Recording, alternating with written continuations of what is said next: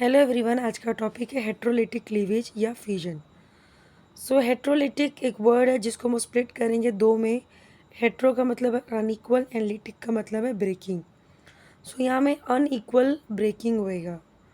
In this case the covalent bond undergoes cleavage in such a way that both the electrons are taken up by one of the atoms present, which is normally more electronegative than the other.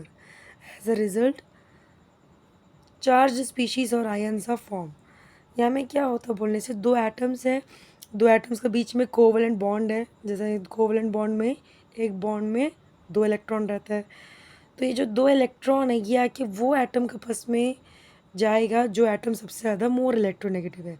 Let suppose करिए यहाँ में ए आके more electronegative है compare to be, तो ये दोनों electron ए ले लेगा। इलेक्ट्रॉन का चार्ज कैसा रहता है, negative.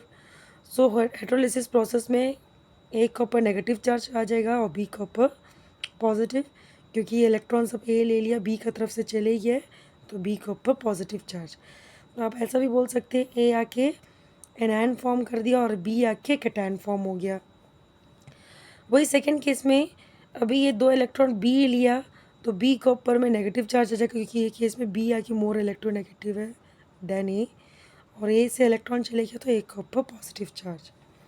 The movement of electron pair is shown by complete arrow.